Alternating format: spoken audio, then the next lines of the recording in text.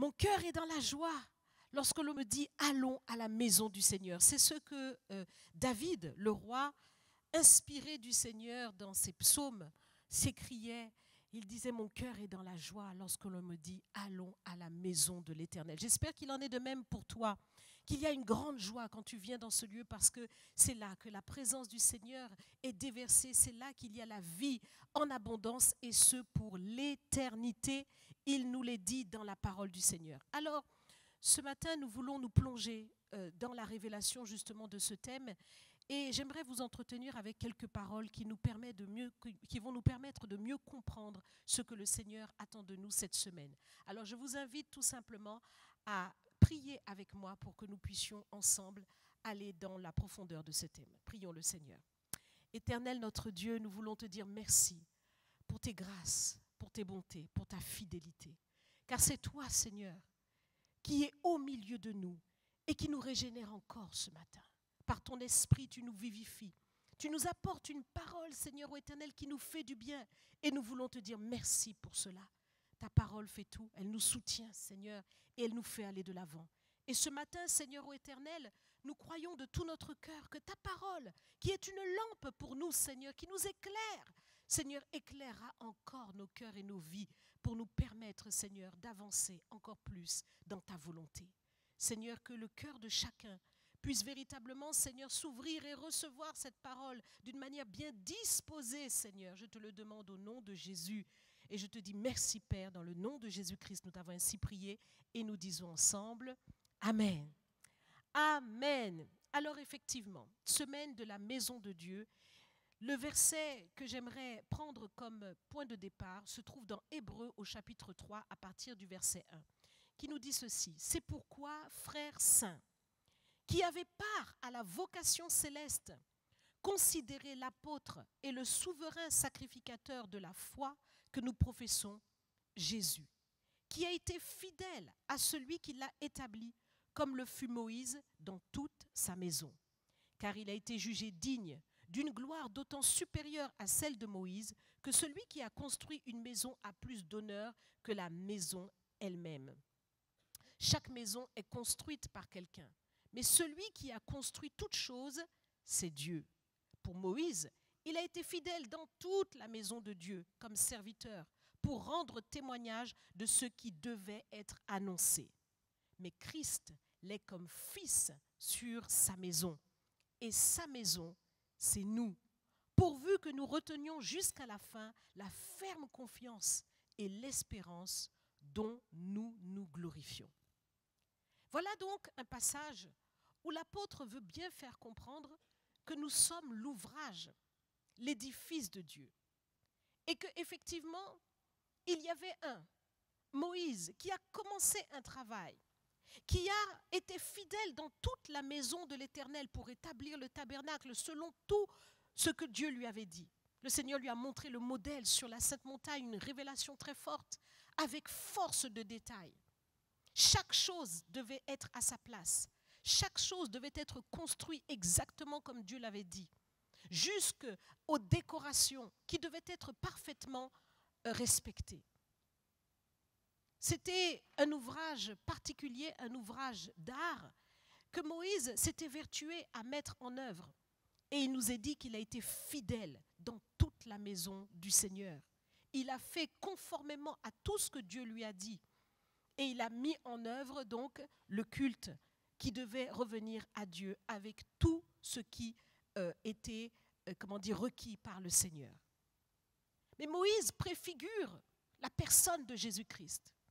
Jésus-Christ, le Fils de Dieu, celui donc qui est en charge de sa maison. Et lui-même l'a dit à ses disciples, « Je bâtirai mon église ». Donc le Seigneur est un bâtisseur. Et Moïse, qui a été fidèle dans toute la maison du Seigneur, a démontré qu'il est tout à fait possible d'obéir à Dieu. Et c'est ce que Jésus, évidemment, a fait en toutes choses. Il a obéi au Seigneur jusqu'à la mort de la croix pour pouvoir construire son Église. Et il nous est dit que ce n'est pas un édifice fait de main d'homme qu'il construit, mais c'est nos vies. C'est ta vie. Jésus est à l'œuvre pour construire ta vie. Jésus est à l'œuvre pour faire de ta vie un monument à sa gloire. Il considère que tu es sa maison. Une maison, c'est le lieu où on habite. Une maison, c'est le lieu où on demeure. Une maison devient une adresse principale où on veut rester, où on veut se sentir bien, où on veut être à l'aise, où on veut être heureux. Sache que le Seigneur Jésus veut être heureux en toi. Il veut être heureux en toi. Et donc, il fait un travail pour te construire, afin que tu deviennes exactement comme il le désire. Comme toi, tu peux vouloir construire ta maison et tu considères qu'il est important que tu aies telle pièce, et tu préfères tel modèle de maison plutôt que tel autre. Eh bien, le Seigneur aussi te construit. Et il sait exactement ce qu'il veut faire de toi. C'est un édifice qu'il bâtit. Et lorsque nous avons une maison que nous avons construite, nous sommes fiers de pouvoir inviter nos amis et dire « Regarde, c'est la maison que j'ai construite. Regarde ».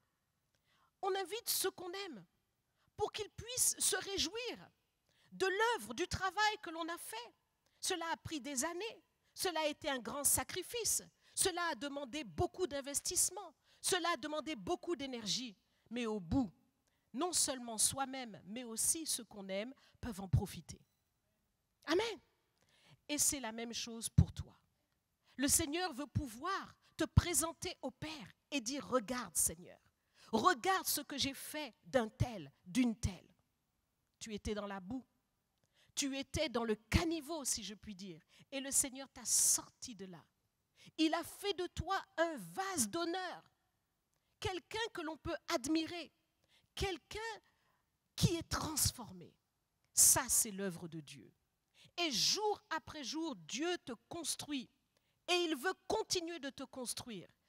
Et il faut réaliser que c'est une construction vivante. Lorsque nous parlons d'une maison quelconque, c'est un édifice fait de pierre qui ne peut pas réagir. Mais toi, par contre, tu es une maison vivante pour Dieu. Et il y a une interaction entre le bâtisseur et toi. Le Seigneur veut que tu participes à son édifice et que tu puisses te laisser faire comme l'argile dans la main du potier. Il faut que tu sois malléable pour que le Seigneur te donne la forme qu'il veut te donner. Il te construit par 3 éléments principaux dont je vais parler aujourd'hui. Il te construit par l'édification de l'enseignement de la parole de Dieu. Il te construit par la communion fraternelle. Oui, l'amour des frères, des sœurs en Christ nous édifie. Et il te construit par l'onction du Saint-Esprit qui te conduit dans toute la vérité. Alors, ce matin, j'aimerais tout simplement te rappeler que c'est très important pour toi de ne pas fuir les éléments par lesquels Dieu te construit. Veille à ne pas fuir l'enseignement de la parole. Oui, souvent on aime la louange, on loue le Seigneur. Et puis au moment de la parole, c'est un peu moins intéressant. Mais sauf que c'est exactement là que tu seras édifié. Donc il faut veiller à ce que tu ne fuis pas l'enseignement. Fuir l'enseignement, c'est empêcher Dieu de poursuivre la construction de ta vie. L'enseignement est essentiel. Il ouvre ton intelligence pour que tu comprennes et que tu sois transformé. Selon la parole qui dit, soyez transformés par le renouvellement de l'intelligence. C'est le renouvellement de ton intelligence qui va te transformer de victoire en victoire, de gloire en gloire. Donc sans cet enseignement de la parole, sans cette méditation de la parole, tu reproduiras les mêmes cycles d'échecs, les mêmes fonctionnements, les mêmes péchés. Manque de renouvellement, manque d'évolution. Manque de renouvellement, manque de victoire. C'est par la mise en pratique de ce que tu auras compris. Et pour cela, il te faut des clés. C'est l'enseignement qui va te le donner. Et donc, il faut que tu prennes le temps de méditer la parole de Dieu, d'écouter les messages et de les réécouter pour qu'ils produisent en toi une transformation. Il faut veiller à ce que ta vie ne soit pas comme une maison que l'on a abandonnée parce qu'on ne peut plus la construire. Vous savez, quand on n'a pas assez d'argent, on se retrouve à commencer une construction et on n'arrive pas à la terminer. alors qu'est-ce qui se passe? Eh bien, ça devient un ouvrage non achevé, une maison qui reste abandonnée et bientôt on va constater qu'elle tombe en ruine et qu'il y a des mauvaises herbes qui poussent partout et qu'il y a toutes sortes d'animaux sauvages qui viennent se nicher dedans parce qu'ils ont trouvé un refuge qui leur est favorable. Lorsque tu es une maison abandonnée, c'est exactement ce qui se passe. Ne laisse pas le Seigneur être empêché dans ta vie de poursuivre la construction. Veille à méditer la parole de Dieu et à la mettre en pratique. Le deuxième point, c'est la communion fraternelle. Il ne faut pas fuir la communion fraternelle. Parfois, on passe par des moments qui sont difficiles et on a envie de rester isolé. On a envie de s'éloigner de tout le monde parce qu'on veut se cacher. Mais c'est une erreur. Fuir la communion fraternelle, c'est empêcher à Dieu de finaliser la construction en toi. Nous sommes rendus parfaits par l'amour. Et l'amour doit être éprouvé. Nous avons besoin de nous frotter les uns les autres. C'est ainsi que notre personnalité est même aiguisée. C'est ce que la Bible dit. Et donc, il ne faut pas, comme la parole de Dieu le dit, abandonner l'assemblée. Il nous est dit dans Hébreux 10, verset 25, « N'abandonnons pas notre assemblée comme c'est la coutume de quelques-uns, mais exhortons-nous réciproquement, et cela d'autant plus que vous voyez s'approcher le jour. » Eh oui, nous devons donc ne pas abandonner l'assemblée. Et j'interpelle tous ceux qui nous suivent par Internet, qui sont en région parisienne. Nous n'avons pas mis le culte en direct pour vous. Vous êtes censés être ici. Est-ce qu'on peut acclamer le Seigneur pour qu'ils entendent? Oui, vous êtes censés être ici avec nous et vivre ces moments forts. N'abandonnez pas l'assemblée par un confort qui n'est pas le bon. C'est pour ceux qui sont au loin. Mais vous qui êtes à la maison, je bats le rappel, revenez dans la maison du Seigneur et participez à cette communion fraternelle qui vous édifie. Il nous est dit dans Acte 2, verset 42, « Il persévérait dans l'enseignement des apôtres, dans la communion fraternelle, dans la fraction du pain et dans les prières. » Donc nous avons besoin de revenir à cela. Et c'est vrai que la situation de la pandémie nous a contraints de mettre en place des systèmes pour pouvoir continuer notre activité à distance, parce qu'on était confinés. Mais c'est fini ça. C'est fini. Donc on doit revenir dans la maison du Seigneur. On doit revenir dans la communion fraternelle. Et certainement prochainement, nous annoncerons, n'est-ce pas, Pasteur David, que nous allons revenir en présentiel pour les temps de prière. Oui, c'est très important. Nous voulons pleinement vivre ce que le Seigneur a prévu pour nous et la communion fraternelle nous édifie. Dans ces moments, nous pouvons dire à quelqu'un, « Comment tu vas? Tu vas bien? Continue, persévère. » Tu peux encore te confier à quelqu'un, tu peux encore avancer avec quelqu'un. Ensemble, nous sommes plus forts. La communion fraternelle est un élément de la construction. Oui, parce que nous sommes édifiés par l'amour des uns et des autres. Et puis, le Seigneur nous dit ceci. Il nous montre dans sa parole que l'onction est véritablement un élément qui rend notre vie utile. Dans Ésaïe chapitre 61, verset 1, il nous est dit « L'Esprit de l'Éternel est sur moi car il m'a oint pour annoncer de bonnes nouvelles aux pauvres. » Alors je t'invite à ne pas fuir l'onction du Saint-Esprit, parce que ça serait empêcher à Jésus de faire de ta vie une maison utile. Une maison, c'est utile. Allez demander à tous ceux qui n'en ont pas. Ils vous diront combien c'est nécessaire d'avoir une maison pour pouvoir poser sa tête quelque part, être en sécurité, avoir une table pour pouvoir manger, s'asseoir, mettre ses affaires. Une maison est utile. Et effectivement, tu es la maison du Seigneur et c'est pour un but. Dieu veut faire de toi un refuge pour les âmes en difficulté. Il veut t'utiliser. Une maison, c'est vrai, c'est joli, mais c'est d'abord utile. Toi aussi, tu es beau, tu es belle en Jésus-Christ. Le Seigneur a sanctifié ta vie et il a fait de toi quelque chose d'admirable. Mais ce qui est le plus important, c'est que tu es utile. Et tu dois veiller à ton utilité. Tu ne dois pas devenir une maison inutile. Ta vie a une utilité. Ta vie doit servir à quelque chose. Il y a un sens que Dieu donne à ta vie. Il y a une direction, il y a une raison pour laquelle tu existes. Le Seigneur le dit, je connais les projets que j'ai formés sur vous. Il y a un projet que Dieu a conçu dans son esprit et pour lequel il t'a suscité. De la même manière qu'un architecte se pose et réfléchit à la maison qu'il va construire, Dieu s'est posé avant que tu ne viennes. Il s'est posé, il a médité et il a dit, tu seras tel ou tel. Dieu a une volonté sur toi. Aussi, tu dois veiller à être utile selon le plan de Dieu pour accomplir ce que Dieu attend de toi. Et si tu fuis l'onction parce que tu en as peur, parce que tu trouves que c'est bizarre, eh bien tu risques de rater l'essentiel qui est l'utilité de ta vie. Car tout ce que Dieu accomplit sur cette terre, c'est par la puissance de son Saint-Esprit. C'est l'onction. Tu as besoin de l'onction. Tu dois la rechercher. L'onction vient dans ta vie par la consécration, par la prière, par l'imposition des mains de tes pasteurs. Tu ne dois pas fuir cela. C'est une puissance qui va reposer sur toi afin que tu sois témoin de Jésus-Christ. Les disciples aussi sont passés par cette phase où ils étaient comme entre deux feux. En même temps, ils ont l'amour du Seigneur, mais en même temps, ils sont trop timorés pour témoigner de lui.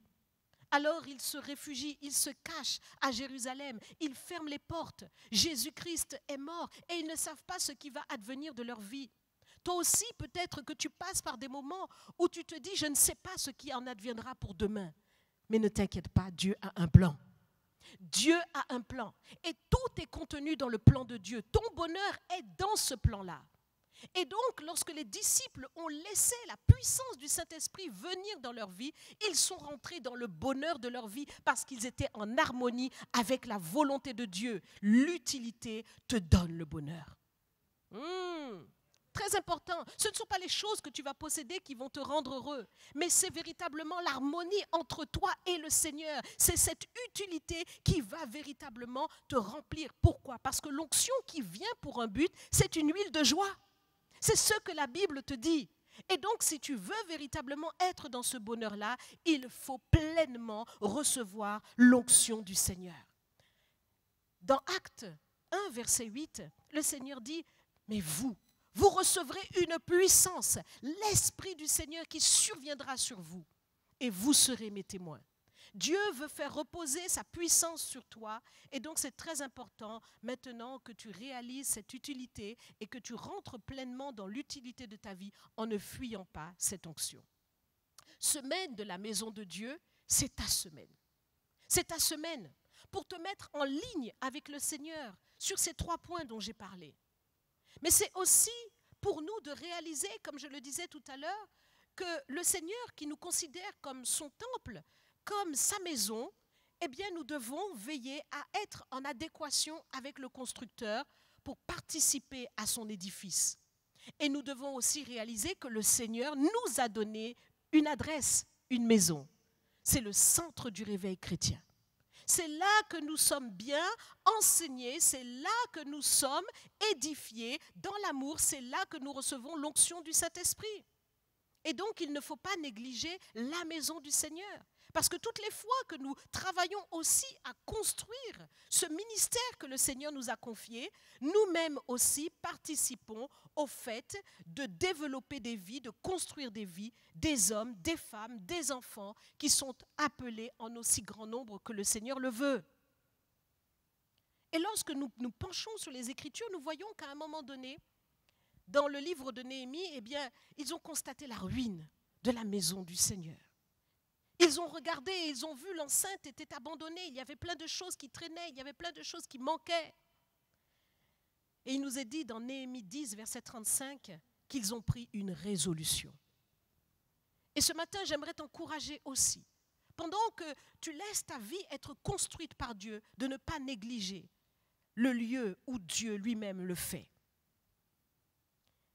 Néhémie 10, verset 35, nous résolûmes d'apporter chaque année à la maison de l'Éternel les prémices de notre sol et les prémices de tous les fruits de tous les arbres, d'amener à la maison de notre Dieu aux sacrificateurs qui font le service dans la maison de notre Dieu, les premiers-nés de nos fils, de notre bétail, comme il est écrit dans la loi, les premiers-nés de nos bœufs, de nos brebis, d'apporter aux sacrificateurs dans les chambres de la maison de notre Dieu les prémices de notre pâte et nos offrandes, des fruits de tous les arbres, du mou et de l'huile, de livrer la dîme de notre sol aux Lévites, qui doivent la prendre eux-mêmes dans toutes les villes situées sur les terres que nous cultivons.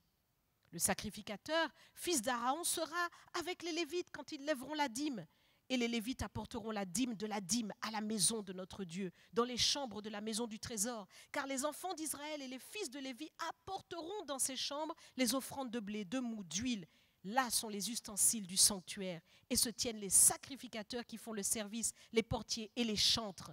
C'est ainsi que nous résolûmes de ne pas abandonner la maison de notre Dieu.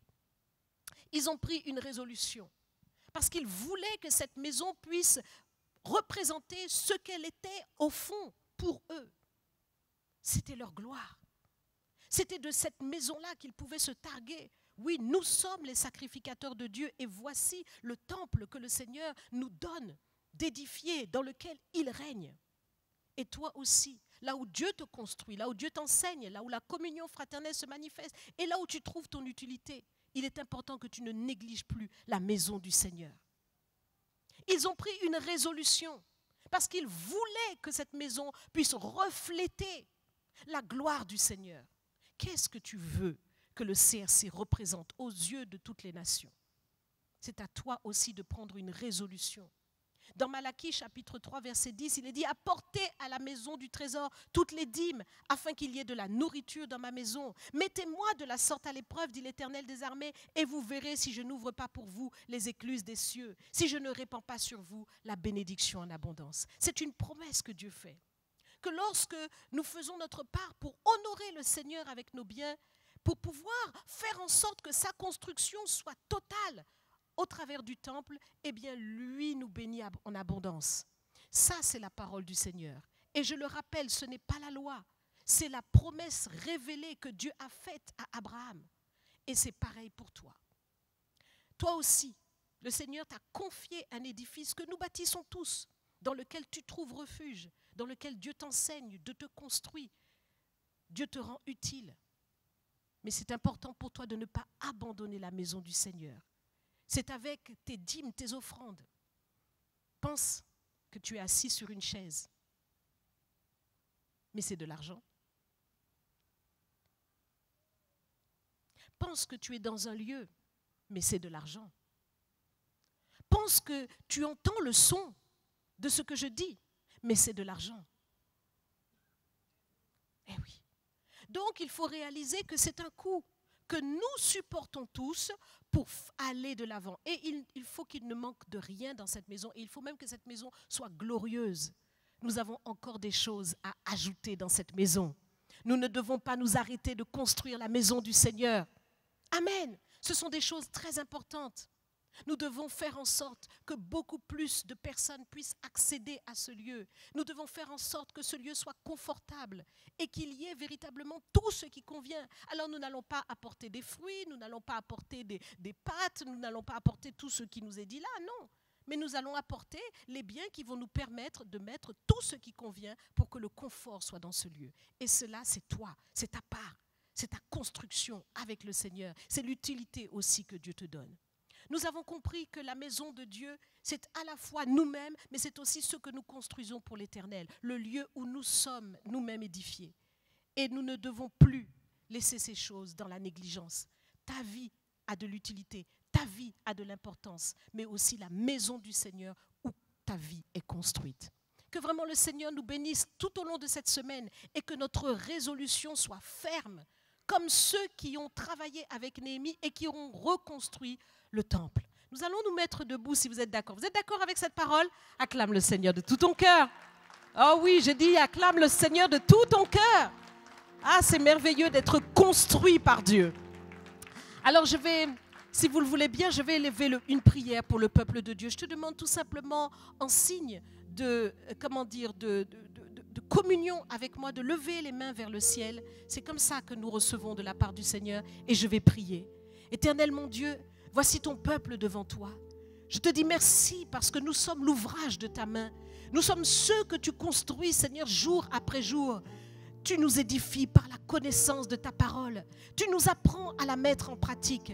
Tu nous édifies par l'amour que nous avons les uns pour les autres. Tu nous donnes, Seigneur, de donner, d'ouvrir notre main, de manifester notre charité les uns pour les autres, Seigneur. Et tu nous édifies, ô notre Dieu. Oui, Seigneur, tu fais des choses merveilleuses et tu nous rends utiles pour notre génération. Seigneur, je prie encore que plus jamais nous ne puissions abandonner, négliger l'ouvrage de ta main. Mais qu'au contraire, Seigneur, nous ne puissions pas fuir ton œuvre, Seigneur, en nous, mais que nous nous laissions construire, transformer par ta puissance. Seigneur, au nom de Jésus-Christ de Nazareth, je mets tout le monde au bénéfice de l'enseignement de ta parole. Je mets tout le monde au bénéfice, Seigneur, de ton amour. Je mets tout le monde au bénéfice de ton onction, Seigneur. Travaille, Seigneur, et transforme-nous à ta gloire. Fais que ce lieu aussi, Seigneur, ô Éternel, puisse prospérer pour qu'encore plus d'âmes puissent trouver refuge au milieu de nous, dans tout le centre du réveil chrétien international, partout où tu nous envoies, dans tous les pays où nous sommes implantés. Seigneur, nous comptons sur toi. Partout où tu nous enverras, nous comptons sur toi. Seigneur, c'est un peuple nombreux que tu veux construire au travers de nous. Et nous te disons merci, Seigneur, de ce que tu nous rends forts pour bâtir ta maison avec toi. Nous te donnons toute gloire, Père, dans le nom de Jésus, et nous disons ensemble, Amen.